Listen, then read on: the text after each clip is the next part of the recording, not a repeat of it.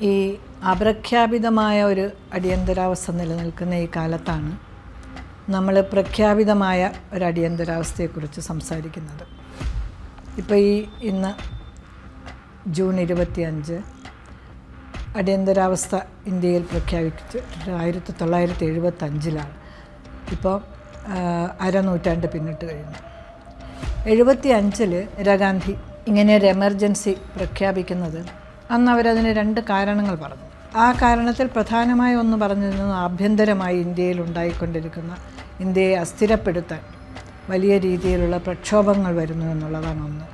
രണ്ടാമത്തേത് പാകിസ്ഥാനുമായിട്ടുള്ള യുദ്ധമൊക്കെ കഴിഞ്ഞ അവസ്ഥയിലായതുകൊണ്ട് ദേശീയ സുരക്ഷ ഭീഷണിയിലാണ്, അപകടത്തിലാണ് എന്ന് പറഞ്ഞ് ഈ 2 കാര്യങ്ങളാണെന്ന് പ്രധാനമായിട്ടും പറഞ്ഞിരുന്നത്. പക്ഷേ നമുക്കൊക്കെ അറിയാം വാസ്തവത്തിൽ അതൊന്നും ആയിരുന്നില്ല. അത് കാരണങ്ങളായിട്ട് അവർ മുന്നോട്ട് വെച്ചെങ്കിലും യഥാർത്ഥത്തിൽ അലഹബാദ് ഹൈക്കോടതിയിൽ നിന്ന് ഇന്ദിരാഗാന്ധിക്കെതിരെ ഉണ്ടായ തിരഞ്ഞെടുപ്പ് വിധി, ആ വിധിയെ തുടർന്ന് അവർക്ക് പാർലമെൻറ്റ് അംഗത്വം നഷ്ടമാവും. മാത്രമല്ല ഇനി മത്സരിക്കാൻ പോലും 6 വർഷത്തേക്ക് ഡിബാർ ചെയ്യപ്പെടുന്ന ഒരു അവസ്ഥ വരുന്നു എന്ന് കണ്ടപ്പോഴാണ് ഇങ്ങനെ ഒരു എമർജൻസി ഭരണഘടനയുടെ 352 വകുപ്പ് ഉപയോഗിച്ചാണ് അന്ന് എമർജൻസി പ്രഖ്യാപിക്കുന്നത്.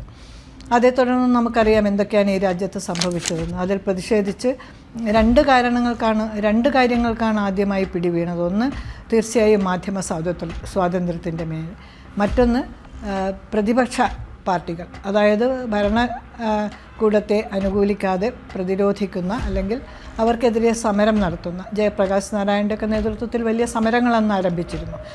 രാജ്യത്തുണ്ടായ സാമ്പത്തിക തകർച്ച, പണപ്പെരുപ്പം മൂലമുണ്ടാകുന്ന പ്രശ്നങ്ങൾ, അങ്ങനെ നിരവധിയായ പ്രശ്നങ്ങൾ ശരിക്കും അന്ന് രാജ്യം നേരിടുന്നുണ്ടായിരുന്നു. പക്ഷേ അതിനൊക്കെ പ്രതിരോധിക്കുന്ന സമരരംഗത്ത് വരുന്ന മുഖ്യ രാഷ്ട്രീയ പാർട്ടികളുടെ എല്ലാവരെയും തന്നെയും അന്ന് മിസ, കോഫർപോസ പോലുള്ള കരി നിയമങ്ങൾ ഉപയോഗിച്ച് ജയിലടക്കുകയുണ്ടായി.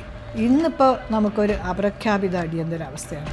അടിയന്തരാവസ്ഥയൊന്നും ഭരണഘടനയുടെ വകുപ്പുകൾ ഉപയോഗിച്ചൊന്നും കേന്ദ്രം ഭരിക്കുന്ന മോഡി സർക്കാർ നടപ്പിലാക്കുന്നില്ല. പക്ഷേ 2014 മുതൽ അധികാരമേറ്റ നാൾ മുതൽ ഈ നിമിഷം വരെ ഇന്ത്യയിൽ നടപ്പിലാക്കിക്കൊണ്ടിരിക്കുന്ന കാര്യങ്ങൾ എല്ലാ മേഖലകളിലും സംഭവിച്ചു കൊണ്ടിരിക്കുന്നത് അതെന്താണെന്ന് മനസ്സിലാക്കാനും അതിനെ പ്രതിരോധിക്കാനും കഴിഞ്ഞില്ലെങ്കിൽ ഇന്ദിരാഗാന്ധിയുടെ അടിയന്തരാവസ്ഥയുമായി യാതൊരു വിധത്തിലും നമുക്ക് ഒരു കമ്പാരിസൺ പോലും നടത്താൻ കഴിയാത്ത വിധത്തിലുള്ള ഭീകരമായൊരു അവസ്ഥയിലേക്കാണ് രാജ്യം പോയിക്കൊണ്ടിരിക്കുന്നത്. ഒരു ചെറിയൊരു ഉദാഹരണം നമുക്കെടുക്കാം. 75 അടിയന്തരാവസ്ഥ പ്രഖ്യാപിച്ചപ്പോൾ ഇന്ദിരാഗാന്ധി മിസ പ്രകാരം അറസ്റ്റ് ചെയ്ത ഒരു വിദ്യാർത്ഥി നേതാവാണ് പ്രബീർ പുർക്കായസ്ഥ എന്ന് പറയുന്ന, ഇന്നിപ്പം മാധ്യമപ്രവർത്തകനായ, അന്ന് അദ്ദേഹം വിദ്യാർത്ഥി പ്രവർത്തകനായിരുന്നു, വിദ്യാർത്ഥി സംഘടനാ പ്രവർത്തകൻ എന്ന നിലയിൽ മിസ ഉപയോഗിച്ച് അദ്ദേഹത്തെ അന്ന് ജയിലിലടക്കുകയുണ്ടായി. പക്ഷേ ഇന്ന് മോഡി സർക്കാർ ഒരു സ്വതന്ത്രമായി പത്രപ്രവർത്തനം നടത്തുന്ന പുർക്കായസ്ഥയെ UAPA ഉപയോഗിച്ചുകൊണ്ടാണ്, ആ നിയമം ഉപയോഗിച്ചുകൊണ്ട് 8 മാസത്തോളം വിചാരണ കൂടാതെ ജയിലിലടച്ചു. ഇതൊരു ഉദാഹരണം. ഇങ്ങനെ എത്രയോ സംഭവങ്ങൾ ഏതൊക്കെ മേഖലകളിൽ നടക്കുന്നു.